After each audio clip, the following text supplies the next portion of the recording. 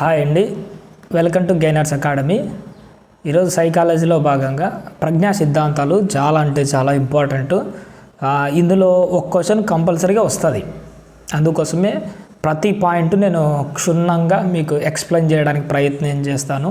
మీరు కూడా జాగ్రత్తగా చూస్తూ అర్థం చేసుకుంటూ జాగ్రత్తగా వినాలని నేను మనవి చేస్తున్నాను. చూస్తూ వినడమే కాకుండా వీలైతే నోట్స్ పెట్టి రాసుకుంటే ఇంకా చాలా బాగా యూజ్ అవుతుంది. ఎందుకంటే రివిజన్ చేసుకోవడానికి మీకు బాగా యూజ్ అవుతుంది. కాబట్టి ఖచ్చితంగా నోట్స్ అన్నది కంపల్సరీగా మెయింటైన్ చేస్తారని మనవి చేస్తున్నాను. నెక్స్ట్ డైరెక్ట్గా క్లాస్లోకి వెళ్దాం. ప్రజ్ఞా సిద్ధాంతాలు, థియరీస్ ఆఫ్ ఇంటెలిజెన్స్ చాలా అంటే చాలా ఇంపార్టెంట్. ఇందులో ఫస్ట్ థియరీ ఏంటంటే ప్రజ్ఞా ఏకకారక సిద్ధాంతం. ఏక అనగానే ఒకటి అని గుర్తుపెట్టుకోండి. అంటే ప్రజ్ఞకు ఒకటి కారణం అయితే దానిని ప్రజ్ఞ ఏకకారక సిద్ధాంతం అంటారు. దాన్ని నేను వివరంగా చెప్పడానికి ప్రయత్నం చేస్తాను. మొదట దీనికి ఉన్న పేర్లను చూడండి, పేర్లు గుర్తుపెట్టుకోండి. సాంప్రదాయక కారక సిద్ధాంతం. సాంప్రదాయక అంటే మొట్టమొదటి నుంచి ఇదే ఉంది కాబట్టి దీన్ని సాంప్రదాయ కారక సిద్ధాంతం అంటారు. సాంప్రదాయం అంటే ఏంటి? ఎప్పుడో పాత నుంచి వస్తూ ఉంది కాబట్టిగా సాంప్రదాయంగా మొట్టమొదటిది కాబట్టిగా సాంప్రదాయ కారక సిద్ధాంతం అంటారు. సాధారణ కారక సిద్ధాంతం అంటారు. అంటే ఇందులో ఉన్న ఫ్యాక్టర్ను బట్టి ఏకకారక అంటారు కదా, ఆ ఏకకారకను ఏమంటారు అంటే నేను ముందు చెప్తాను. దానిని జనరల్ ఫ్యాక్టర్ అంటారు. జనరల్ అంటే ఏంటంటే సాధారణ, అందుకోసమే దీనికి సాధారణ కారక సిద్ధాంతం అని పేరు కూడా వచ్చింది. ఇంకొకటి జనరల్ అంటే సామాన్య కారకం. జనరల్ అంటే సామాన్యం కదా, సామాన్య కారక సిద్ధాంతం అని కూడా వచ్చింది. లాస్ట్ ఏంటంటే నియంతృత్వ సిద్ధాంతం అని కూడా పిలుస్తారు. నియంతృత్వం అంటే ఒకే ఒకటి ఉంటుంది కాబట్టి దాని గురించి కూడా నేను ముందు చెప్తాను. అంటే దీని పేర్లు గుర్తుపెట్టుకుని ఫస్ట్. అంటే ఈ ప్రజ్ఞా ఏకకారక సిద్ధాంతానికి ఉన్న పేర్లు సాంప్రదాయము, సాధారణ, సామాన్య, నియంతృత్వ. ఈ 4 పేర్లు దీనికే ఉన్నాయి. పైకి స్క్రోల్ చేస్తున్న చూడండి. ఈ సిద్ధాంతాన్ని ప్రజ్ఞా ఏకకారక సిద్ధాంతాన్ని ప్రతిపాదించిన వాడు ఆల్ఫ్రెడ్ బినే అన్నవాడు ప్రతిపాదించాడు. వీడు ఫ్రాన్స్ దేశానికి సంబంధించిన వాడు. వీడు ప్రతిపాదిస్తే ఆల్ఫ్రెడ్ బినే అవడం ప్రతిపాదిస్తే దీనిని బలపరిచిన వాడు ఎవరంటే Lewis Terman, William Stern. Lewis Terman and William Stern వీళ్ళిద్దరు ఏం చేసినంటే ఇదే వీడు చెప్పిందే కరెక్ట్ అని. ఎవరు చెప్పింది? ఆల్ఫ్రెడ్ బినే గారు చెప్పిందే కరెక్ట్ అని బలపరిచిన వాళ్ళు ఎవరు? లూయిస్ టెర్మన్, విలియం స్టెర్న్ అని. అంటే ఈయనకి ఒత్తాసు పలికాడు. ఎవరు? ఆల్ఫ్రెడ్ బినే అన్న వాడికి ఒత్తాసు పలకడం అన్నది జరిగింది. ఇక్కడ చూడండి, ప్రజ్ఞ గురించి వివరించే సిద్ధాంతాలు మొదటి సిద్ధాంతంగా దీన్ని చెప్పుకుంటారు. అందుకే దీనిని ప్రజ్ఞా సాంప్రదాయ సిద్ధాంతం అన్నాడు. పేర్లు చెప్పాను కదా, ప్రజ్ఞా సాంప్రదాయ సిద్ధాంతం అని. ఎందుకు ఆ పేరు వచ్చింది? మొట్టమొదటి అంటే ప్రజ్ఞ గురించి చెప్పిన సిద్ధాంతాలలో ఇదే మొదటిది. అందుకోసం ఇది ప్రజ్ఞా సాంప్రదాయ సిద్ధాంతం అని అంటారు. ఇది చూడండి, ఈ సిద్ధాంతం ప్రకారం ప్రజ్ఞలో కారకాల సంఖ్య 1. 01 అంటే 1. ఒకే ఒక్క కారణం ఉంటుంది, ఒకే ఒక కారకం ఉంటుంది కాబట్టి దానిని ఏకకారక అని అంటారు. ప్రజ్ఞ ఏకకారక. ఏక అంటే 1, ఒకే ఒక కారకం ఉంటుంది. ఆ కారకం పేరు ఏం పేరు? G factor. జీ అంటే జనరల్ ఫ్యాక్టర్. జీ అంటే జనరల్ ఫ్యాక్టర్, జీ ఫ్యాక్టర్ అంటారు. సాధారణ కారకం, సామాన్య కారకం అని కూడా అంటారు మన తెలుగులో. జీ ఫ్యాక్టర్ అంటే ఏంటి? General factor. అసలు ఏంటి జీ ఫ్యాక్టర్ అంటే ఏంటంటే క్లారిటీగా ఒకే ఒక మాట చెప్తాను. ఈ జనరల్ ఫ్యాక్టర్ అంటే మనం ఒక దాంట్లో టాలెంట్ ఉన్నది అనుకోండి, స్పోర్ట్స్లో టాలెంట్ ఉన్నది. ఈ టాలెంట్ మనకు ఒక దాంట్లో ఉంది కదా. ఇప్పుడు ఈ జీ ఫ్యాక్టర్ ప్రకారంగా మన వాడు చెప్పిన దాని ప్రకారం ఏమంటాడు? అంటే మనకు స్పోర్ట్స్లోనే టాలెంట్ ఉందంటే మిగతా వాటిల్లో కూడా టాలెంట్ ఉంటుంది. ఎందుకంటే ఈ టాలెంటే మిగతా దాంట్లో కూడా కనపరచవచ్చు అని చెప్తూ ఉంటారు. అంటే మన స్పోర్ట్స్లో ఎంత టాలెంట్ అయితే చూపిస్తాం మిగతా దాంట్లో కూడా అంతే టాలెంట్ ఉంటుంది అని నొక్కి ఒత్తాసు పలికే దాన్ని ఏంటంటే జనరల్ ఫ్యాక్టర్ అంటారు. జీ ఫ్యాక్టర్ అంటే ఇక్కడ చూడండి, అంటే అన్ని దానిలో ఒకే సామర్థ్యం ఉన్నట్టు. ఇక్కడ చూడండి, సాధారణ కారకమే అదే. ఈ సాధారణ జనరల్ ఫ్యాక్టరే అన్ని సామర్థ్యాలను కేంద్రకంగా ఉంటుంది కాబట్టి వ్యక్తిలోని అన్ని సామర్థ్యాలు సమానంగా ఒకే స్థాయిలో ఉంటాయని ఈ సిద్ధాంతం వివరిస్తుంది. ఈ సిద్ధాంతం ఏమని వివరిస్తుంది? ఒరే నాయన, నీకు క్రికెట్లో టాలెంట్ ఉంది అని అంటే స్విమ్మింగ్లో కూడా అంతే టాలెంట్ ఉంటుంది, నీకు తెలియదు అని వాడు చెప్తున్నాడు. మన క్రికెట్లో టాలెంట్ ఉందంటే స్విమ్మింగ్లో ఉంటుంది, పాటలు పాడడంలో కూడా నీకు అదే టాలెంటే ఉంటుందిరా అని చెప్తుంటాడు. దీన్నే ప్రజ్ఞ ఏకకారక సిద్ధాంతం. అంటే ఒక దాంట్లో ఉన్నదానికి సమానంగా అన్ని దాంట్లో అదే ఉంటుంది, అదే స్థాయిలో ఉంటుందని చెప్పుకుంటూ వచ్చాడు ఎవరు? ఈ ప్రజ్ఞ ఏకకారక సిద్ధాంతం అన్నవాడు గురించి. ఇక్కడ చూడండి, ఇవంతా అదే చెప్పాడు. గణిత సామర్థ్యంలో ఏ స్థాయిలో ఉంటుందో, ఒక వ్యక్తి గణితంలో ఏ స్థాయిలో టాలెంట్ అయితే ఉంటుందో భాషలో కూడా అదే సామర్థ్యం, ప్రాదేశిక సామర్థ్యం, యాంత్రిక సామర్థ్యం మొదలగు అన్ని సామర్థ్యాలలో గణిత సామర్థ్యంతో పాటే అన్ని దాంట్లో ఈ విధంగానే ఉంటుంది అని చెప్పేది ఈ సిద్ధాంతం. ఎగ్జాంపుల్ కూడా చెప్పాడు చూడండి. సంగీత సామర్థ్యం బాగా ఉన్న బాలసుబ్రహ్మణ్యంలో విద్యా సామర్థ్యం కూడా అదే స్థాయిలో ఉంటుందని భావించే ప్రజ్ఞా సిద్ధాంతం. ఏది? ఈ ప్రజ్ఞ ఏకకారక సిద్ధాంతం. బాలసుబ్రహ్మణ్యకి ఏ దాంట్లో టాలెంట్ ఉంది? సంగీతంలో మంచి టాలెంట్ ఉంది. ఈయన చెప్పే సంగీతంలో ఇంత టాలెంట్ ఉందంటే మనోడికి విద్యలో కూడా అదే టాలెంట్ ఉంటుంది అని చెప్తున్నాడు. అది నిజమో వాస్తవం కాదు, కానీ మనవాడు చెప్తా ఉన్నాడు. దానిని ఏమంటారు? ప్రజ్ఞ ఏకకారక సిద్ధాంతం అంటాడు. అందుకే దీనికి నెగిటివ్గా ఒకటి రాశాడు చూడండి. శ్రీనివాస రామానుజం గణితంలో 100 మార్కులు తెచ్చుకున్నాడు, మంచి టాలెంటెడ్, కానీ ఆంగ్లంలో ఉత్తీర్ణతులు కూడా తెచ్చుకోలేకపోయాడు. గణితంలో 100 మార్కులు తెచ్చాడు. ప్రజ్ఞ ఏకకారక సిద్ధాంతంలో గణితంలో 100 వచ్చినాయంటే ఇంగ్లీష్లో కూడా ఎన్ని రావాలి? వాడికి 100 రావాలి, కానీ ఏమైపోయినాడు ఇక్కడ? తెచ్చుకోలేకపోయాడు. ఈ ఉదాహరణలో గణిత సామర్థ్యం, భాషా సామర్థ్యం ఒకే స్థాయిలో ఎందుకు లేవో వివరించలేకపోయిన ప్రజ్ఞా సిద్ధాంతం ఏంటి? ఎందుకు వివరించలేకపోయింది? అదే ప్రజ్ఞ ఏకకారక సిద్ధాంతం. ఎందుకంటే వీని సిద్ధాంతం ప్రకారము మ్యాథ్స్లో ఉన్నవాడు టాప్ ఉంటే ఇంగ్లీష్లో కూడా టాప్ ఉండాలి, కానీ ఇలా అలా జరగట్లేదే. అదే ఇందులో ఉన్న నెగిటివ్. అందుకోసమే ఈ ప్రజ్ఞా ఏకకారక సిద్ధాంతాన్ని క్లోజ్ చేసి దాని ప్లేస్లోకి ఇంకొకటి వచ్చింది, అదే ప్రజ్ఞా ద్వికారక సిద్ధాంతం. అర్థమవుతుందా? ఈ ప్రజ్ఞా ద్వికారక సిద్ధాంతాన్ని ప్రతిపాదించిన వాడు చార్లెస్ పియర్మన్. ప్రజ్ఞా ద్వికారక, ద్వి అంటే రెండు కారకాలు ఏంటో ముందు వస్తుంది, నేను చెప్తాను. ద్వికారక సిద్ధాంతం అంటే 2 కారకాలు. ఒకటి జనరల్ ఫ్యాక్టర్ కాదురా నాయన, దీంతో పాటు ఇంకొక ఫ్యాక్టర్ కూడా ఉంది, దానిని ఎస్ ఫ్యాక్టర్ అని అంటారు. ఒకటే కాదు, ఒక వ్యక్తిని బాగా ప్రభావితం చేసే వాటిలో 2 ఉన్నాయి అని ద్వికారక సిద్ధాంతాన్ని ప్రతిపాదించిన వాడు చార్లెస్ పియర్మన్. వీడు ఇంగ్లాండ్కి సంబంధించిన వాడు. స్పియర్మన్ రచించిన గ్రంథం ది ఎబిలిటీస్ ఆఫ్ మ్యాన్, మానవ సామర్థ్యాలు, చాలా ఇంపార్టెంట్, ఇది బాగా నేర్చుకోండి. స్పియర్మన్ రాసింది ఏంటంటే ది ఎబిలిటీస్ ఆఫ్ మ్యాన్ అనే గ్రంథాన్ని రాశాడు. పైకి స్క్రోల్ చేస్తున్నాడు చూడండి. ప్రజ్ఞా ద్వికారక సిద్ధాంతంలో ఎన్ని కారకాలు ఉంటాయని అడుగుతాడు. ఎన్ని? ద్వి అంటేనే అర్థమవుతుంది, ఇందులో 2. ఆ 2 ఏంటంటి? G factor, s factor. G factor అంటే ఇంతకుముందు మనం తెలుసుకున్నాం, ఏంటి అది? General factor. ఎస్ ఫ్యాక్టర్ అంటే ఏంటి? స్పెసిఫైడ్ ఫ్యాక్టర్ అని. Specified factor. జీ ఫ్యాక్టరు అంటే జనరల్ ఫ్యాక్టరు, స్పెసిఫైడ్ ఫ్యాక్టర్ అంటే మనను ఇన్ఫ్లుయెన్స్ చేసే వాటిలో 2 ఫ్యాక్టర్లు ఉంటాయి. జీ ఫ్యాక్టర్ ఒకటి ఉంటుంది, స్పెసిఫైడ్ ఫ్యాక్టర్ అన్నది ఒకటి ఉంటుంది. ఫస్ట్ జీ ఫ్యాక్టర్ గురించి చెప్దాం.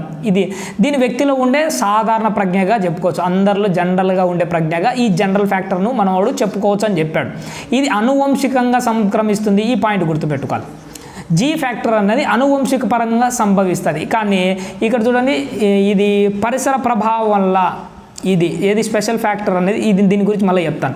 ఇది పరిసరాల ప్రభావం వల్ల ప్రభావితం అవుతుంది, ఇది అనువంశిక ప్రభావం వల్ల జరుగుతుంది, అనువంశికత వల్ల ప్రభావితం అవుతుంది. అనువంశికత అంటే మన తాత ముత్తాతల నుంచి వస్తుంది ఈ జీ ఫ్యాక్టర్ అనేది. స్పెషల్ ఫ్యాక్టర్ అనేది చుట్టుపక్కల ఉన్న పరిస్థితులు బట్టి నేర్చుకుంటూ వస్తుంది. ఇది అన్ని సామర్థ్యాల్లో కేంద్రకంగా ఉంటుంది, అన్ని దాంట్లో ఈక్వల్గా ఉంటుంది. అంటే 10% 20% ఈక్వల్గా ఉంటుంది, టాప్ మోస్ట్గా ఉండదు, అంటే జనరల్గా ఉంటుంది. ఏది? General factor. ఇది అన్ని సామర్థ్యాలు సమానంగా ఉంటుంది, దీన్ని శిక్షణ ద్వారా మెరుగుపరుచుకోలేము. ఈ పాయింట్ గుర్తుపెట్టుకోవాలి. ఇది ట్రైనింగ్ ఇచ్చి ఈ జీ ఫ్యాక్టర్ని ఏం చేసుకోవాలంట, మనం డెవలప్ చేసుకోలేం. ఎందుకంటే అది అన్నిలో ఒకే స్థాయిలోనే ఉంటుంది, అంతకుమించి దాని ట్రైనింగ్ ఇచ్చినా పెరగదు తగ్గదు. ఎందుకంటే ఇది అనువంశికంగా పరంగా వచ్చినది కాబట్టి దాన్ని ట్రైనింగ్ ఇచ్చి దాన్ని డెవలప్ చేసుకోలేము, అది స్థిరంగా ఉంటుంది అని చెప్తాడు. దీన్ని సాధారణ ప్రజ్ఞా పరీక్షల ద్వారా మాపనం చేయొచ్చు. మాపనం అంటే కొలవచ్చు, జనరల్గా చిన్న పరీక్షలు పెట్టి దీన్ని కొలవడం అన్నది జరుగుతుంది. ఇక నెక్స్ట్ చూడండి, స్పెసిఫైడ్ ఫ్యాక్టర్. దీని గురించి బాగా తెలుసుకోవాలి. ఇది వ్యక్తిలో ఉండే ప్రత్యేకమైన ప్రజ్ఞగా గుర్తిస్తాం. అంటే పర్సన్లో 2 రకాలమైన ఫ్యాక్టర్లు ఉంటాయి. ఒకటి జనరల్ ఫ్యాక్టర్, 2 స్పెసిఫైడ్ ఫ్యాక్టర్. ఇది ప్రత్యేకమైన స్పెషల్ ఎఫెక్ట్గా మనము చెప్తుంది. ఇది పరిసరాల ద్వారా ప్రభావితం అవుతుంది. పక్కనున్న వాటిని చూసి నేర్చుకుంటే ఇది డెవలప్ అవుతూ ఉంటుంది. ఇది అన్ని సామర్థ్యాల్లో వేరువేరుగా ఉంటుంది. అన్ని సామర్థ్యాలు అంటే ఏంటి? మ్యాథమెటిక్స్లో గణితంలో వేరుగా ఉంటుంది, భాషలో వేరుగా ఉంటుంది, స్విమ్మింగ్లో వేరుగా ఉంటుంది, సంగీతంలో వేరుగా ఉంటుంది. ఒక్కొక్క దాంట్లో ఒక్కొక్క డిఫరెంట్గా ఉండడం అన్నది జరుగుతుంది. ఇది సామర్థ్యానికి మారుతూ ఉంటుంది.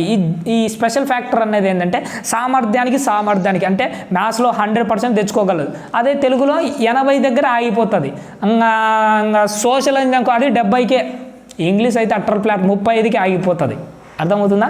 ఇది సామర్థ్యానికి మారుతూ ఉంటుంది ఈ స్పెషల్ ఫ్యాక్టర్. దీనిని శిక్షణ ద్వారా మెరుగుపరుచుకోవచ్చు. ఈ స్పెషల్ ఫ్యాక్టర్ని ఏం చేయొచ్చు?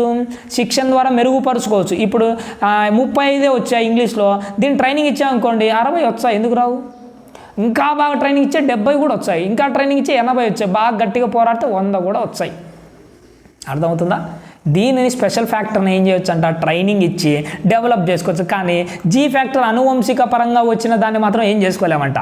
నెక్స్ట్, దీనిని నిర్దిష్ట ప్రత్యేక పరీక్షల ద్వారా మాపనం చేయొచ్చు. అవి ఏంటి? పైన ఉన్నది సాధారణ పరీక్షల ద్వారా, ఇది ప్రత్యేకమైన పరీక్షల ద్వారా దీనిని మాపనం అంటే కొలవచ్చు అని చెప్తున్నాడు. నెక్స్ట్ చూడండి, ఎయిమ్. ఈ సిద్ధాంతం ప్రకారం ప్రతి సామర్థ్యంలో జీ కారకం, ఎస్ కారకం 2 ఉంటాయి. అర్థమవుతుంది? జనరల్ ఫ్యాక్టరు అలాగే స్పెషల్ ఫ్యాక్టర్ అనేది 2 ఇందులోనే కనబడుతున్నాయి. ఈ జీ ఫ్యాక్టర్ అన్నది ఏంటి? జనరల్గా అన్ని దానిలలో మనకు సాధారణంగా ఒక లెవెల్ వరకే ఉంటుంది. అదే చెప్పాడు. ఇంకా ఎస్ ఫ్యాక్టర్ అన్నది ఏంటంటే సిచ్యువేషన్ బట్టి ఒక్కొక్క దాన్ని బట్టి మారుతూ ఉంటుంది. దీన్ని ట్రైనింగ్ ఇచ్చి డెవలప్ చేసుకోవచ్చు, చాలా గొప్పగా మార్చుకోవచ్చు. అదే ఎస్ ఫ్యాక్టర్ అని చెప్పాడు. పైకి స్క్రోల్ చేస్తుంది. ఎగ్జాంపుల్ ఇచ్చాడు. సచిన్లో క్రీడా సామర్థ్యం ఎక్కువగా ఉంది, ఎందుకంటే వాడు గేమ్స్ బాగా ఆడతాడు, క్రికెట్ బాగా ఆడతాడు కాబట్టి. మిగిలిన సామర్థ్యాలు సాధారణ స్థాయిలో ఉండడానికి కారణం. క్రికెట్లో మాత్రం టాప్లో ఉన్నాడు, చదువులో కానీ మిగతా స్విమ్మింగ్లో కానీ జనరల్గా ఉన్నాడు, అంటే సాధారణ స్థాయిలో ఉంటాడు. దీన్ని వివరించే ప్రజ్ఞా సిద్ధాంతం ఏంటి? ప్రజ్ఞా ద్వికారక సిద్ధాంతం చాలా ఇంపార్టెంట్. ఎగ్జాంపుల్ ఇలాంటివి గుర్తుపెట్టుకోవాలి.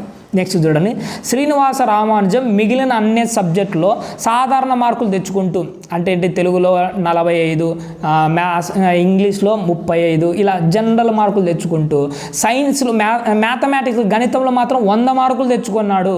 ప్రజ్ఞా ద్వికారక సిద్ధాంతం ప్రకారం గణితంలో ఆ విశిష్ట ప్రదర్శనకు కారణం ఏంటి? గణితంలో మాత్రమే 100కు 100 రావడానికి కారణం ఏంటి? ఎందుకు కారణము? అది స్పెషల్ ఫ్యాక్టర్ వల్ల వానికి 100కు 100 వచ్చాయి. ఏ దాంట్లో? మ్యాథమెటిక్స్లో. మిగిలిన అన్ని దాంట్లో తక్కువ రావడానికి కారణం ఏంటి? మిగతా అన్ని దాంట్లో తక్కువ రావడానికి కారణం ఏంటంటే అది జనరల్ ఫ్యాక్టర్లు దానిని ఇన్ఫ్లుయెన్స్ చేస్తుంది. ఇది మ్యాథమెటిక్స్ని మాత్రం స్పెషల్ ఫ్యాక్టర్ ఇన్ఫ్లుయెన్స్ చేసింది కాబట్టి అతనికి 100కు 100 వస్తున్నాయి. అది రెండవది. ఇక మూడో దాంట్లోకి వెళ్దాం. ప్రజ్ఞ బహుకారక సిద్ధాంతం, multiple factors in intelligence theory. ఇక్కడ చూడండి, అక్కడ 1 తర్వాత 2 వచ్చినాయి కదా, ఇక్కడ బహుకారక సిద్ధాంతం అని ఇంకొకటి కూడా చెప్తున్నాడు. బహుకారక సిద్ధాంతం అంటే చాలా ఉంటాయి, ఒక ప్రజ్ఞకు 1, 2 కాదు ఆయన, చాలా ఇన్ఫ్లుయెన్స్ చేస్తాయని చెప్పడం బహుకారక సిద్ధాంతం. దీన్ని ప్రతిపాదించిన వారు ఏమంటే థారన్ డైక్, అమెరికాకు చెందినవాడు. ఈయననే ఏమంటారు? ఇంతకుముందు కూడా చెప్పిన ఫాదర్ ఆఫ్ అనిమల్ సైకాలజీ అని పిలుస్తారు. థారన్ డైక్ అనేవాడిని father of animal psychology. Next, ఈ థారన్ డైక్ అనేవాడు అభ్యసనంపై, ప్రజ్ఞపై విస్తృతమైన పరిశోధన చేసి, అభ్యసనం అంటే ఏంది? పిల్లలకు నేర్పిస్తుంటాం చూసినారా, నేర్పించడం గురించి, ప్రజ్ఞ గురించి చాలా పరిశోధనలు చేశాడు. వీరు యత్నదోష పద్ధతి సిద్ధాంతాన్ని, యత్నదోష ముందు క్లాస్లో చెప్తాను వీటి గురించి. మనోడు దేని మీద ప్రయోగాలు చేసంట? యత్నదోష సిద్ధాంతము, అభ్యసన ప్రధాన నియమాలు, స్వరూప మూలకాల అభ్యసన బదలాయింపులు, వీటన్నిటి గురించి నేను అభ్యసన బదలాయింపుల గురించి వీటి గురించి నేను తర్వాత క్లాసులో చెప్తాను. వీటన్నిటి గురించి మనవాడు ప్రయోగాలు చేశాడు. ఇది రాసిన గ్రంథం చాలా ఇంపార్టెంట్, మెజర్మెంట్ ఆఫ్ ఇంటెలిజెన్స్, ప్రజ్ఞామాపనం చాలా ఇంపార్టెంట్, ఇది బాగా నేర్చుకోండి. థారన్ డైక్ రచించిన ముఖ్యమైన గ్రంథం మెజర్మెంట్ ఆఫ్ ఇంటెలిజెంట్, ప్రజ్ఞామాపనం. నెక్స్ట్, థారన్ డైక్ ప్రజ్ఞకు 4 గుణాలను గురించి ఉంటాయి. ప్రజ్ఞకు 4 గుణాలు ఉంటాయి. మనం ఇంతకుముందు ఏం చెప్పాడు, ఏక దాంట్లో అయితే ఒకటే, ద్వికారక అయితే 2, కానీ ఈ బహుళకారక అని చెప్పే దాంట్లో మనవాడు ఏం చేశాడు, దానికి ప్రజ్ఞకు నాయన 4 గుణాలు ఉంటాయిరా అని చెప్పాడు. ఏంటంటే ఆ గుణాలు ప్రజ్ఞకు మనవాడు చెప్పిన గుణాలు? ఒకటి ఏంటంటే స్థాయి. మనం ఏదైనా ఒక కృత్యం చేస్తున్నామో అది ఏ స్థాయి వరకు పూర్తి చేయగలుగుతామో దానిని ప్రజ్ఞ యొక్క స్థాయి తెలియజేస్తుంది, లేదా అంతస్తు. ఒక కృత్యం ఉంటుంది. కృత్యం అంటే ఏమనుకోండి, ఇల్లు కట్టేది అనుకోండి, మీరు జనరల్గా చెప్తున్నా. ఇల్లు కట్టడము మనకున్న టాలెంట్తో ఏ స్థాయి వరకు కడతాం? బేస్మెంట్ వరకే కడతామా, లేకపోతే మన తలుపులు నిలబెట్టే హైట్ వరకే కడతామా, లేకపోతే స్లాబ్ వరకు కడతామా, దాని తర్వాత డిజైన్ వరకు కడతామా? అంటే అతని యొక్క స్థాయిని వివరించి చెప్పేదాని ప్రజ్ఞ అన్నది, అది స్థాయి అన్నది ప్రజ్ఞ యొక్క స్థాయిని వివరిస్తూ ఉంటుంది. రెండోది వ్యాప్తి. ఒక వ్యక్తి ఎన్ని కృత్యాలను చేయగలుగుతున్నాడు అన్నది అతని యొక్క వ్యాప్తిని తెలియజేస్తుంది. వీడు ఎన్ని కృత్యాలు, ఒక ఇల్లే కడుతున్నాడా, 2 కడుతున్నాడా, వాడి జీవితంలో ఎన్ని కట్టగలడు, అతని యొక్క రేంజ్ని తెలియజేస్తుంది, అతని యొక్క స్టామినా. అర్థమవుతుందా? వ్యాప్తిని తెలియజేస్తుంది. పైకి స్క్రోల్ చేస్తుంది. నెక్స్ట్ మూడోది వైశాల్యం, ఏరియా. ఒక వ్యక్తి ఎన్ని కృత్యాలను ఎంతెంత స్థాయి వరకు పూర్తి చేయగలుగుతాడు. ఇప్పుడు 10 ఇళ్ళు ఉన్నాయి, 10 ఇళ్ళను అన్ని కంప్లీట్ చేస్తున్నాడా? ఒకటి పూర్తిగా కట్టాడు, ఒకటి సగం వరకే కట్టాడు, ఒకటి స్లాబ్ వరకు కట్టాడు, ఒక డిజైన్స్ కూడా అయిపోయేసాడు, ఎలివేషన్ కూడా చేశాడు. అర్థమవుతుందా? ఏ స్థాయి వరకు చేస్తున్నాడో అతని యొక్క వైశాల్యం, ఏరియా గురించి చెప్తుంది. ఒక కృత్యాన్ని ఎన్ని కృత్యాలను చేస్తున్నాడు, ఎంతెంత స్థాయి వరకు చేస్తున్నాడు అని తెలియజేసేది ఏంటంటే వైశాల్యం. నెక్స్ట్ లాస్ట్ది ఏంటంటే వేగం. వేగం అంటే ఏంటి? స్పీడ్. గుర్తుపెట్టుకోండి, ఒక వ్యక్తి ఎన్ని కృత్యాలను ఎంతెంత స్థాయి వరకు ఎంత వేగంతో పూర్తి చేస్తున్నాడు. ఇక్కడ చూడండి, ఎన్ని ఇళ్లను ఎంత వేగంతో చేశాడు. ఒక ఇంటిని 3 నెలలకి కంప్లీట్ చేశాడు, ఇంకొకటి 2 నెలలకి కంప్లీట్ చేశాడు, ఇంకో ఇంటిని సంవత్సరమైన అది కంప్లీట్గా కాకుండా ఉంది. అంటే ఎంత వేగంతో చేస్తున్నాడన్న దాని గురించి ఇక్కడ చెప్పడం అన్నది జరుగుతూ వచ్చింది. నెక్స్ట్ పాయింట్ చూడండి. ఈ ప్రజ్ఞ బహుకారక సిద్ధాంతం ప్రజ్ఞలో అనేక కారకాలు ఉంటాయి. అవి వ్యక్తి యొక్క సామర్థ్యాలు వేరువేరుగా ఉంటాయి. ఇందాక చెప్పాను కదా, ఏంటంటే స్థాయి, వ్యాప్తి, వైశాల్యము, రేంజ్, స్పీడు, ఇవన్నీ ఏంటంటే అతని యొక్క ప్రజ్ఞను వేరువేరుగా ఇన్ఫ్లుయెన్స్ చేస్తూ ఉంటాయి. ఈ కారకాలన్నీ వేటికవే విడివిడిగా స్వతంత్రంగా పనిచేస్తూ ఉంటాయి. ఏది ఒకదానితో ఒకటి సంబంధంగా ఉండవు. దేని కొద్దీ అవి ప్రత్యేకంగా విడివిడిగా స్వతంత్రంగా పనిచేస్తుంటాయి. మరో దానితో సమానంగా ఉండదు, ఒకదానితో ఒకటి సమానంగా ఉండదు అని చెప్పుకుంటూ మనవాడు రావడం అన్నది జరిగింది. నెక్స్ట్ పైకి స్క్రోల్ చేస్తున్నాం. వ్యక్తిలోని ఒక సామర్థ్య స్థాయిని బట్టి మరొక సామర్థ్యాన్ని అంచనా వేయలేము. అంటే ఉదాహరణకు మనోడికి ఒక సామర్థ్యం ఉంటుంది, సచిన్ క్రికెట్లో ఆటగాడు. ఈ సామర్థ్యాన్ని బట్టి ఇంకొక సామర్థ్యాన్ని అంచనా వేయలేం. అంటే ఆడికి ఇప్పుడు క్రికెట్ బాగా ఆడతాడు, ఆడు చదువులో బాగా వచ్చాడంటే ఏం చెప్పగలం మనము? చెప్పలేం కదా. స్విమ్మింగ్లో బాగా ఆడతాడంటే ఇంకొక దాన్ని అంచనా వేయలేం. ఒక దాని ద్వారా ఇంకొక దాన్ని అంచనా వేయలేము. నెక్స్ట్ సామర్థ్యాన్ని అంచనా వేయడంలో ఒక రంగంలో కనపరిచే ప్రావీణ్యత బట్టి మరో రంగ ప్రావీణ్యతను నిర్ధారించలేము. ఒక దాంట్లో ప్రావీణ్యత ఉండొచ్చు, మరో దాంట్లో ఉంటుందని గ్యారెంటీ ఏముంది? కానీ దాన్ని ఐడెంటిఫై చేయలేం. దాని గురించి చెప్పాడు, ఎగ్జాంపుల్ చెప్పాడు చూడండి. ఒక వ్యక్తి గణితంలో విశేషమైన ప్రతిభను కనపరుస్తున్నాడు కాబట్టి భాషలో కూడా అంతే స్థాయిలో ప్రతిభ కనపరుస్తాడు అని చెప్పలేం. ఎందుకంటే ఆ 2 సామర్థ్య కారకాలు వేరు స్వతంత్రంగా ఉంటాయి. ఏది? గణితం వేరు, అలాగే ఇంకొకటి దాని గురించి ఏం చెప్పాడు? భాష వేరు. గణితం వేరు, భాష, అవి స్వతంత్రంగా ఉంటాయి. దాంట్లో ఉంటాయో లేవో చెప్పలేం. దీన్ని ఏమంటారు? ప్రజ్ఞ బహుకారక సిద్ధాంతం అంటారు. ఓకేనా? ఈ కారకాలు ఒకదానితో ఒకటి ఇన్ఫ్లుయెన్స్ కావు, దేనికి అవే సపరేట్గా ఉంటాయని తెలియజేసింది ప్రజ్ఞ బహుకారక సిద్ధాంతం. నెక్స్ట్ 4th వన్ చూడండి. ప్రజ్ఞ సామూహిక కారక సిద్ధాంతం. ప్రజ్ఞ అవి పైన ఏది? బహుకారక సిద్ధాంతం లేనిది దేనికి అది డిఫరెంట్గా ఉంటాయని చెప్పాను కదా. ఇక్కడ చూడండి, ప్రజ్ఞ సామూహిక కారక సిద్ధాంతం, లేదంటే ప్రాథమిక మానసిక శక్తుల సిద్ధాంతం. అంటే మనిషిలో కొన్ని మానసిక శక్తులు ఉంటాయి. శక్తులు అంటే ఏదో దయ్యాలు, భూతాలు, ఆ శక్తులు అనుకోకండి. మనలో కొన్ని టాలెంట్లు ఉంటాయి. ఇవన్నీ అన్నీ కలిసి పనిచేస్తాయి. అక్కడ విడివిడిగా పనిచేస్తాయని చెప్పుకుంటే కదా పైన దాంట్లో, కింది దాంట్లో గుర్తుపెట్టుకోండి, అన్ని కలిసి పనిచేస్తాయి అని చెప్పడమే ఈ ప్రజ్ఞ సామూహిక కారక సిద్ధాంతం యొక్క ప్రధాన ఉద్దేశం. దీన్ని ప్రతిపాదించిన వాడు లూయిస్ థర్స్టన్. ఈడు అమెరికాకు చెందినవాడు. ఈ లూయిస్ థర్సన్ అనేవాడు దీని గురించి ప్రత్యేకంగా చెప్పుకుంటూ వచ్చాడు. ఇక్కడ చూడండి, వ్యక్తిలో ఉండే ప్రాథమిక మానవ శక్తుల ఆధారంగా ప్రజ్ఞను వివరించే సిద్ధాంతం ప్రజ్ఞా సామూహిక కారక సిద్ధాంతం. ఇందాక నేను చెప్పాను కదా, మానసిక శక్తులు. థర్స్టన్ అనేవాడు గ్రంథాలు రాశాడు. ఆ గ్రంథాల్లో primary mental abilities, multiple factor analysis, ఈ రెండు చాలా ఇంపార్టెంట్. గ్రంథం వచ్చి నేను స్టార్ మార్క్ వేసినాడంటే దాన్ని మీరు కంపల్సరిగా ఒక చివరిలో ఒక పేజీ పెట్టేయండి. గ్రంథాలకన్నిటికీ ఏముంది, ఆ గ్రంథాలన్నీ ఒకచోట రాసుకోండి. చాలా ఈజీగా ఉంటుంది కదా, అన్నీ నేర్చుకోవచ్చు ఒకటేసారి. అర్థమైందా? ఈ థర్స్టన్ అన్నవాడు ఏం చేశాడు, ప్రైమరీ మెంటల్ అబిలిటీస్ అంటే ప్రాథమిక మానసిక శక్తులు, మల్టిపుల్ ఫ్యాక్టర్ అనాలిసిస్ బహుకారక విశ్లేషణ, ఈ రెండింటిని గురించి పుస్తకాలు రాయడం అన్నది జరిగింది. మనవాడు ఏం చెప్పాడు, అన్నీ కలిసి పనిచేస్తాయని చెప్పినాడు కదా. ఏంటంటే కలిసి పనిచేస్తాయని చెప్తే ఈ మాట్లాడుతున్నాడు చూడండి. ఏంటంటే ఈ సిద్ధాంతం ప్రతి వ్యక్తి ప్రజ్ఞలో 7 ప్రాథమిక మానసిక శక్తులు ఉంటాయి.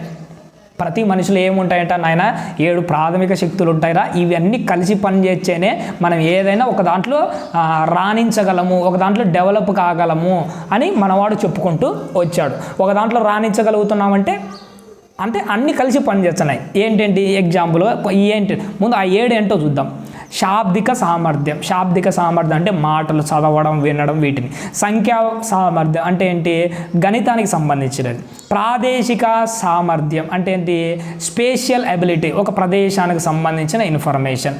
పదధారాలత, వర్డ్ ఫ్లూయెన్సీ, మనం ఒక దాని గురించి మాట్లాడితే కంటిన్యూగా మాటలు వస్తూనే ఉంటాయి చూసిందా, దాన్ని పదధారాలత అంటారు. నెక్స్ట్ ప్రత్యక్ష సామర్థ్యం, పర్సెప్షన్. పర్సెప్షన్ అంటే ఏంటి, మన దాని గురించి మన ఒపీనియన్ అంటారు చూసినారా, దాన్ని పర్సెప్షన్ అంటారు. నెక్స్ట్ స్మృతి సామర్థ్యం. స్మృతి అంటే ఏంటంటే గుర్తుపెట్టుకునే కెపాసిటీ, మెమరీ అబిలిటీ. వివేచన సామర్థ్యం, రీజనింగ్ అబిలిటీ, ఇచ్చిన సామర్థ్యాన్ని ఎలా సాల్వ్ చేస్తున్నాను ఆలోచన చేస్తుంటాం కదా, ఈ రీజనింగ్ అనేది. ఈ 7 అన్నవి ఈ ఏరిట్లో ఏవో కొన్నైనా కానీ కలిసి పనిచేస్తేనే మనం ఒక దాంట్లో సామర్థ్యాన్ని సాధించగలం. అంటే ఒక్కదాంతో కాకుండా 2-3 కలిసి పనిచేస్తాయి, అప్పుడే మనకు ఒక టాలెంట్ అన్నది సాధించగలుగుతాము అన్న దాని గురించి చెప్తూ ఉన్నాడు. అదే ఇక్కడ చెప్పాడు. ఫస్ట్ చూడండి, ఒక ఎగ్జాంపుల్ చెప్తే మీకు అర్థమవుతుంది. ఒక గణిత సంబంధమైన సమస్యను పరిష్కరించడానికి సామూహిక కారక సిద్ధాంతం ప్రకారం ఏ సామర్థ్యాలు పనిచేస్తాయి అంటే, ఒక గణితంలో ఒక ప్రాబ్లం ఇచ్చాడు, ఆ ప్రాబ్లంను మనం సాల్వ్ చేయాలి. సాల్వ్ చేయడానికి మనలో ఏమేమి పనిచేస్తాయంటే పైన 7 సామర్థ్యాలలో ఏ సామర్థ్యాలు, సంఖ్యా సామర్థ్యం. ఇక్కడ చూడండి వాడు చెప్పిన దాంట్లో ఈ సంఖ్యా సామర్థ్యము, ఎందుకంటే గణితం మీద అవగాహన రావడానికి సంఖ్యా సామర్థ్యము. రెండోది ఏంటి, స్మృతి. స్మృతి అంటే ఏంటి, జ్ఞాపకం పెట్టుకో, ఒక ఫార్ములాని కానీ లేకపోతే టేబుల్స్ కానీ ఏమైనా ఏం చేయాలి, జ్ఞాపకం పెట్టుకోవాలి. అంటే స్మృతి సామర్థ్యం అంటే సంఖ్యా సామర్థ్యము, స్మృతి సామర్థ్యం. ఇక్కడ ఉంది రెండోది. ఇంకా మూడోది ఏం పని చేస్తుందట, వివేచన సామర్థ్యం. వివేచన అంటే ఏంటి, రీజనింగ్. అంటే ఒక ప్రాబ్లం ఇచ్చే మనం ఎలా సాల్వ్ చేయగలుగుతున్నాము, అందులో స్థాయి ఎలా వచ్చింది అంటే మూడింటి యొక్క కలయిక. ఇది సంఖ్యా సామర్థ్యము, స్మృతి సామర్థ్యము, వివేచన సామర్థ్యం. ఈ 3 కలిసింటేనే మనం ఒక ప్రాబ్లంను సాల్వ్ చేయగలిగినాం. అర్థమవుతుందా? ఇలా కలిసి పనిచేసే దాన్ని ఏమంటారంటే ఇది ప్రజ్ఞ సామూహిక కారక సిద్ధాంతం అంటారు. ఓకే, అర్థమైంది కదండి. పైకి జరుపుతున్నాను. ఇంకొక ఎగ్జాంపుల్ కూడా ఉంది. ఒక భాషా వ్యాకరణకు సంబంధించిన అంశంను నేర్చుకోవడం లేదా గ్రహించడంలో ఏమేమి యూజ్ అవుతాయి, శాబ్దిక సామర్థ్యం పైన ఉన్న వాటిలో. వర్డ్ ఫ్లూయెన్సీ అనేది చూసినారా, శాబ్దిక వర్బల్ ఎబిలిటీ. నెక్స్ట్ పదధారాలత, ఇది ఏంటి, పదధారాలు వర్డ్ ఫ్లూయెన్సీ. ఇది స్మృతి సామర్థ్యం. ఒక గ్రామర్ నేర్చుకుంటున్నామంటే మనకు శాబ్దిక సామర్థ్యం, వర్బల్ ఎబిలిటీ, పదధారాలత, స్మృతి, ఈ 3 కలిస్తేనే మనం తెలుగు కానీ ఇంగ్లీష్ కానీ ఇంకోటి హిందీ కానీ ఏదైనా ఒక గ్రామర్ నేర్చుకోగలుగుతున్నాం. ఇందులో ఉన్న సిద్ధాంతం ఇది ప్రజ్ఞా సామూహిక కారక సిద్ధాంతం. ఎందుకంటే 3 కలిసి పనిచేస్తున్నాయి అని చెప్పడమే ప్రజ్ఞ బహుళ కారక ప్రజ్ఞా సామూహిక కారక సిద్ధాంతం అంటాడు. చివరిది ఇంకొకటి ఉంది, ఇది చాలా ఇంపార్టెంట్. నెక్స్ట్ చూడండి, ప్రజ్ఞ సమగ్ర నిర్మితి సిద్ధాంతం. ప్రజ్ఞ సమగ్ర నిర్మితి సిద్ధాంతం లేదంటే ప్రజ్ఞా స్వరూప సిద్ధాంతం. దీనిని గురించి చెప్పిన వాడేవాడంటే గిల్ఫోర్డ్, జేపీ గిల్ఫోర్డ్ అన్నవాడు ఈ ప్రజ్ఞా సమగ్ర నిర్మితి సిద్ధాంతాన్ని లేదంటే ప్రజ్ఞా స్వరూప సిద్ధాంతాన్ని ప్రతిపాదించాడు. ఈడు ఒక అదేంటి మనకు అవి వస్తుంటే నిర్వచనాలు వస్తుంది, ఇది గుర్తుపెట్టుకోండి. విభిన్న ఆలోచనయే సృజనాత్మకత అనిన వాడు ఎవడు అని అడుగుతుంటాడు. ఎవడు వీడు, గిల్ఫర్డ్ అనే ఈడే. విభిన్న ఆలోచనే సృజనాత్మకత. అంటే కొత్తగా వేరువేరుగా ఆలోచన చేయడాన్ని ఏమంటారు అంటే విభిన్న ఆలోచన అంటారు. ఇలా వేరువేరుగా ఆలోచన చేయడాన్ని ఏమంటారు? సృజనాత్మకత అంటారు. అంటే కొత్తగా క్రియేటివిటీ అంటారు చూసినారా, సృజనాత్మకత. దీని గురించి చెప్పిన వాడెవడు? గిల్ఫ్రెడ్. గిల్ఫర్డ్ ప్రకారము వ్యక్తి యొక్క ప్రజ్ఞ 3 విశేషకాలను కలిగి ఉంటాయి. 3 విశేషకాలు ఏంటివి? డైమెన్షన్స్. 3 డైమెన్షన్స్ కలిగి ఉంటాయి. ఈ ప్రతి విశేషకంలో కొన్ని కారకాలు ఉంటాయి, మళ్ళీ స్పెషల్గా ఉంటాయి, కింద ఉంటాయి, చూపిస్తాను లేండి వాటిని.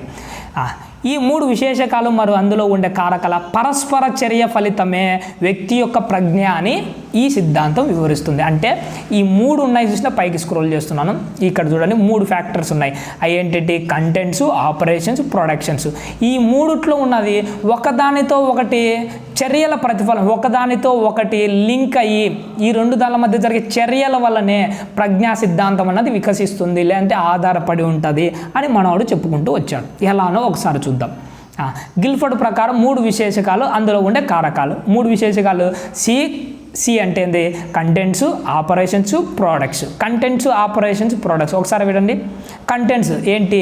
చిత్రాలు అంటే ఏంటి? నాన్ వర్బల్, చిహ్నాలు, వర్బలు, ధ్వనులు, మాటలు, ప్రవర్ధన. అంటే ఈ కంటెంట్లో విషయాలలో ఏమున్నాయి? 5 ఉన్నాయి. ఇవి బాగా నేర్చుకోవాలి, గుర్తుపెట్టుకోవాలి. వీటిని ఎలా గుర్తుపెట్టుకోవాలో ఈజీగా అనలైన్ చేసే విధంగా నేను చెప్తాను, ఏం ప్రాబ్లం లేదు. నెక్స్ట్ చూడండి. నెక్స్ట్ ఏంటి? ఆపరేషన్, తెలుగులో ప్రచాలకాలు ఏమున్నాయి? మనం సమైక్య ఆలోచన, విభిన్న ఆలోచన, స్మృతి, సంజ్ఞానం, మూల్యాంకనం. నెక్స్ట్ ఉత్పన్నాలు అంటే ప్రొడక్ట్స్, ఉత్పత్తులు. ప్రొడక్ట్స్ అంటే మనకు వచ్చే రిజల్ట్స్ ఏంటి? యూనిట్లు, వర్గాలు, సంబంధాలు, పద్ధతులు, రూపాంతరాలు, అంతర్భావాలు. ఇవి మనవాడు చెప్పిన వాటిలో అంటే 3 డైమెన్షన్స్ ఉంటాయి. ఒక్కొక్క దాంట్లో కూడా డిఫరెంట్ కారకాలు ఉన్నాయి. ఇంకా ఇవి ఏది? విషయములలో కొంత ఉంది, ప్రచాలకాల ఆపరేషన్స్లో కొంత ఉన్నాయి, ప్రోడక్ట్స్లో కొంత ఉన్నాయి. ఇవిని ఎలా గుర్తుపెట్టాలి? ఒక్క పైకి జరుపుతున్నా చూడండి. మనిషి వేటి గురించి ఆలోచన చేస్తాడని ప్రశ్నిస్తే, మనం దేని గురించి ఆలోచన చేస్తాం ప్రశ్నిస్తే విషయాలలోని కారకాలు వస్తాయి. మనం దేని గురించి ఆలోచన చేస్తాము? ఏదైనా చిత్రం గురించి, చిహ్నాల గురించి, ధ్వనుల గురించి, మాటలు, ప్రవర్ధన. మనం వేటి గురించి ఆలోచన చేస్తామనే దానికి వచ్చే సమాధానం ఏంటంటే ఇవి. ఓకేనా? రెండోది చూడండి. ఆ విషయాల నుండి ఎలా ఆలోచిస్తాడు అని ప్రశ్నిస్తే మనకు వచ్చే సమాధానం ఏంటి? ఎలా ఆలోచన చేస్తాడు? సమైక్య ఆలోచన చేస్తాడా? కొత్తగా విభిన్న ఆలోచన చేస్తాడా? గుర్తుపెట్టుకుని ఆలోచన చేస్తాడా? సంజ్ఞానం అంటే ఆలోచన చేస్తాడా? మూల్యాంకనం, ఎవాల్యుయేషన్, ఏది మంచి, ఏది దీన్ని తీసే, దీన్ని పెట్టు, ఇలా ఎవాల్యుయేషన్ చేస్తుంటాడు చూసినాడా? అలా ఆలోచన చేస్తాడా? ఎలా అని ప్రశ్న వేస్తే వచ్చే వాటికి సమాధానమే ఇవి. నెక్స్ట్ లాస్ట్ చూడండి. ఏంటి? ఆలోచన యొక్క అంతిమ ఫలితం. మనం ఒక ఆలోచన చేసిన తర్వాత రిజల్ట్ ఏంటి అని ప్రశ్నిస్తే వచ్చేవే ఉత్పన్నాలు, దీంటే ఉత్పత్తులు. వాటిని యూనిట్లలో చెప్తావా, వర్గాలలో చెప్తావా, సంబంధాల, పద్ధతుల, రూపాంతరాల, అంతర్భావాల, అవి ఎలాగైనా ఉండొచ్చు. ఓకేనా? అర్థమైందే? ఏంటి ప్రశ్నలు ఏంటి? వేటి గురించి అంటే ఫస్ట్ది, ఎలా ఆలోచన చేస్తా అంటే 2, వాటికి వచ్చే రిజల్ట్స్ ఏంటి, ఫలితాలు ఏంటంటే 3ది. ఓకేనా? అర్థమైంది కదండి? ఇలా మనవాడు ఏం చెప్పాడు? 5 ఇలా 3 డైమెన్షన్స్ చెప్పాడు. 3 డైమెన్షన్స్లో ఏంది? మొదటి దాంట్లో 5 విషయాలు ఉన్నాయి, రెండో దాంట్లో 5 ప్రచాలకాలు ఉన్నాయి, మూడో దాంట్లో 6 ఉత్పన్నాలు ఉన్నాయి. 5, 5, 6. ఫస్ట్ దాంట్లో 5, రెండో దాంట్లో 5, మూడో దాంట్లో 6 ఉన్నాయి కదా. ఇలా 5 × 5 × 6 మొత్తం ఎంత? 150. ఈ 150 అన్నది ప్రజ్ఞ అని గిల్ఫర్డ్ భావించాడు. అర్థమవుతుందా? ఈ 150 అన్నదే ప్రజ్ఞ అని చెప్పాడు. నెక్స్ట్ చూడండి. వ్యక్తి యొక్క ప్రతి మానసిక చర్యలో 3 విశేషకాల నుండి ఏదో ఒక కారణం తప్పనిసరిగా ఉంటుంది అని గిల్ఫర్డ్ భావించాడు. పైన 3 విశేషకాలు, 3 లైన్స్ ఉన్నాయి కదా, ఇందులో ఏదో ఒకటి ఆ ప్రజ్ఞకు ఇన్ఫ్లుయెన్స్ చేస్తుంది అని మనవాడు చెప్పుకుంటూ వచ్చాడు. ఇది ఒక్కటి ఉంది, చూద్దాం. ఫస్ట్ ఏంటంటే గిల్ఫర్డ్ మొదట్లో ప్రతిపాదించినప్పుడు ఈ సిద్ధాంతంలో 4 కారకాలే ఉండేవి విషయంలో. అంటే ఏంటి? ఫస్ట్లో విషయం అనేది చూస్తే ఫస్ట్ లైను, ఆ విషయంలో మొత్తం ఎన్ని ఉన్నాయి? 4 ఉండేవి. అలా అయితే 4 ఉండడం వల్ల మొదటి సిద్ధాంతం ప్రకారం ప్రజ్ఞ అనేది ఏంటి? 4 × 5 × 6. 4 × 5 × 6 మొత్తం ఎంత? 120. ఈ 120ని కారకాల ఫలితం అంటారు. అర్థమవుతుందా? ఒకవేళ ఫస్ట్ మనవాడు మొట్టమొదటిసారిగా ప్రతిపాదించేప్పుడు విషయాలలో 4 ఉండేవి. 4 × 5 × 6 ఎంత అవుతుంది? 120 అవుతుంది. కానీ ప్రజెంట్ ఎంత ఉన్నాయి? ఇప్పుడు ఇక్కడ 4 ప్లేస్లో 5 వచ్చాయి. 5 × 5 × 6 మొత్తం కలిపితే 150 అయ్యాయి. ఓకేనా? ఇది గుర్తుపెట్టుకోండి. అనువర్తనాలు ఇక్కడ ఒకటి ఉంది, ఒక చిన్నది చూద్దాం. టీచర్ ఏం చెప్పాడంటే 2 × 3 ఎంతరా అని అడిగాడు. 2 × 3 ఎంత? 6 అని అది ఆన్సర్. ఎంత అని టీచర్ ప్రశ్నిస్తే ఒక విద్యార్థి మొదటి సమాధానం 6 అని చెప్పాడు. అలా చెప్పకుండా రెండోది 2² + 2 అని చెప్పాడు. 2² అంటే 2 × 2 4 + 2 ఎంత ఆన్సరు? 6. దీనికి కూడా 6. అలా కాకుండా 3² - 3 అన్న 3² అంటే 3 × 3 9 - 3 ఎంత ఆన్సరు? ఆన్సరు 6. దీనికి కూడా 6. 10 - 4 ఎంత ఆన్సరు? 6. అంటే 2 × 3 ఎంతరా అంటే వాడు 6 అని చెప్పకుండా రకరకాలుగా సమాధానం చెప్పాడు. 6 అని, 2² + 2 అని, 3² - 3 అని, 10 - 4 అని, ఇలా రకరకాలుగా ఆలోచన చేశాడు కదా. గిల్ఫర్డ్ ప్రకారం విద్యార్థి ఉపయోగించిన ప్రచాలకం ఏంటి? ప్రచాలకం అంటే రెండో లైన్లో ఉన్నటి ప్రచాలకం. ఇక్కడ పైకి స్క్రోల్ చేస్తున్నాను చూడండి. ప్రచాలకాలు రెండోది. గిల్ఫర్డ్ ప్రకారం వాడు ఏం ఉపయోగించాడు అంటే అక్కడ డిఫరెంట్గా ఆలోచన చేశాడు. అంటే 6 అన్న సమాధానాన్ని రకరకాలుగా చెప్పాడు కదా. వాడు ఉపయోగించింది ఏంటి? విభిన్న ఆలోచన. ఓకే, అర్థమవుతుంది కదండి. నెక్స్ట్ ఇంకొక దాని జోలికి వెళ్దాం. ఒక ఉపాధ్యాయుడు A = B అయ్యి B = C అయితే ఈ రెండిటి నుండి వచ్చే ఫలితం ఏమవుతుంది? నాయన A = B అయింది, B = C అవుతుందిరా అని చెప్పాడు. అప్పుడు విద్యార్థి ఏం చెప్పినాడు ప్రశ్నిస్తే A = C అవుతుందని చెప్పడము అంటే A = B అయినప్పుడు B = C అయినప్పుడు A = C ఎందుకు కాదు అంటే A = C కావచ్చు కదా, రెండు ఈక్వల్ అయినప్పుడు. A = C అని చెప్పడంలో ఏ ఉత్పన్నం అవుతుంది? ఉత్పన్నం అంటే ఏంటి? రిజల్ట్స్. ఏ దానికి బట్టి వాడు ఏం చెప్పాడంటే సంబంధం అన్న దాని గురించి చెప్పాడు. ఇక్కడ చూడండి, పైకి స్క్రోల్ చేస్తున్నాను. ఉత్పన్నాలు ఇవే కదా. ఉత్పన్నాలలో ఏంటి? సంబంధాలు. ఏం సంబంధాలు? A నుంచి Bకి ఏ సంబంధం అయితే ఉందో B నుండి Cకి కూడా అదే సంబంధం ఉంది. కాబట్టి Aకి Cకి అదే సంబంధమే ఉంటుంది అని చెప్పాడు. ఓకే, అర్థమవుతుందా? వాడు ఉపయోగించే ఉత్పన్నం ఏంటి? సంబంధాలు. అంటే క్వశ్చన్ బట్టి ఆలోచన చేసి ఏంటని తెలివిగా వీటికి ఆన్సర్లు చేయాలి. ఇక లాస్ట్ చూడండి, సైకాలజీ మాస్టర్ అడిగిన మనోవిజ్ఞాన శాస్త్ర పితామహుడు ఎవరు అన్న ప్రశ్నకు విద్యార్థి ఊంటు. ఇది గుర్తుపెట్టుకుంటున్నాయినా, నేను మొదటి నుంచి చెప్పినానో లేదో మీకు గుర్తుకు లేదు. మనోవిజ్ఞాన శాస్త్ర పితామహుడు ఎవడు అని అడుగుతాడు. ఆడి పేరు ఊంటు. చాలా ఇంపార్టెంట్. చాలాసార్లు డైరెక్ట్ క్వశ్చన్ అడుగుతాడు. సైకాలజీ మాస్టర్ అడిగాడు, నాయన మనోవిజ్ఞాన శాస్త్ర పితామహుడు ఎవడరా అని అడిగాడు. వీడు డైరెక్ట్ ఊంటు అని చెప్పాడు. ఎలా చెప్పాడు? వాని మైండ్లో అది గుర్తుంది కాబట్టి స్మృతి అని చెప్పడంలో గిల్ఫర్డ్ ప్రకారం విషయంలోని ప్రచాలకులను ఏ కారాలు పనిచేశాయి? విషయం అంటే మొదటిది, లాస్ట్ ఏంటి? ప్రచాలకాలు రెండవది. ఈ రెండిట్లో ఏమేమి పనిచేశాయి? ఫస్ట్ దాంట్లో ఏంటి? విషయాలలో మాటలు పనిచేసాయి. ఏంటి? ప్రశ్న అడిగాడు కదా, మాటలు పనిచేసాయి. నెక్స్ట్ దాంట్లో రెండో దాంట్లో ఏంటి? స్మృతి అంటే గుర్తుపెట్టుకొని చెప్పాడు ఊంటని. పైకి స్క్రోల్ చేస్తున్నాను చూడండి, ఇదే లాస్ట్ది. ఇక్కడ చూడండి, అడిగిన ప్రశ్నకు మాటలు గుర్తుపట్టాడు. స్మృతి అంటే ఆన్సర్ మనసులో నుంచి గుర్తుపెట్టుకొని చెప్పాడు కదా, దీన్ని స్మృతి. ఈ రెండింటిని ఉపయోగించాడు మనవాడు. ఓకే, అర్థమవుతుందా? ఇలా మనము వీటిని ఆన్సర్లు ఎలా ఆలోచన చేసి ఏమడిగాడు అన్న వాటి గురించి తెలుసుకోవాలంటే ఈ క్లాసులన్నీ మొదట వినాలి. వినడం కాదు, నోట్స్ కూడా రాసుకొని తెలివిగా ఏది ఏంటి అని చక్కగా ఆలోచన చేసి చక్కగా ఆన్సర్లు పెడితే మంచి మార్కులు వస్తాయి. లేదంటే ఇంకా అంతే, గాల్లో ఎగిరిపోతారు. చాలామంది ఏమని అడుగుతానంటే, సార్ మీరు చెప్పేటప్పుడు బాగుంది, వినేటప్పుడు అర్థమవుతున్నాయి, అన్నీ బాగున్నాయి, కానీ నేర్చుకోలేకపోతున్నాను అని అంటుంటారు. నేను దాని గురించి ఏం చెప్పాలను? నేర్చుకోలేకపోతున్నారంటే మీరు నెంబర్ ఆఫ్ టైమ్స్ ఏం చేయాలి? దాన్ని రివిజన్ చేయాలి. రివిజన్ చేస్తేనే మనకు బాగుంటుంది, లేకపోతే బాగుండదు. ఓకే, అర్థమవుతుంది కదండి? ఇలా మీరు జాగ్రత్తగా వాటిని జ్ఞాపకం చేసుకొని ఒకటి మాత్రం గుర్తుపెట్టుకోండి. ఏం చేయాలి? నెంబర్ ఆఫ్ టైమ్స్ నేర్చుకొని నోట్స్ కూడా బాగా ప్రిపేర్ చేసుకోండి. నెంబర్ ఆఫ్ టైమ్స్ రివిజన్ చేయండి. నేను చివరిలో టెస్టులు సిలబస్లు అన్నీ అయిపోయిన తర్వాత ఇక డైలీ టెస్టులని, వీక్లీ టెస్టులని ఏదో ఒకటి పెడతానే ఉంటాను. ముందు సిలబస్ అయిపోయాలని. సిలబస్ చెప్పందే నేను ఎగ్జామ్స్ పెట్టినా కానీ ఏం ప్రయోజనం ఉండదు కాబట్టి ముందు సిలబస్ కంప్లీట్ చేస్తాను, తర్వాత ఎగ్జామ్స్ పెడతాను, దాని తర్వాత ప్రీవియస్ పేపర్స్ కంప్లీట్ చేస్తాను.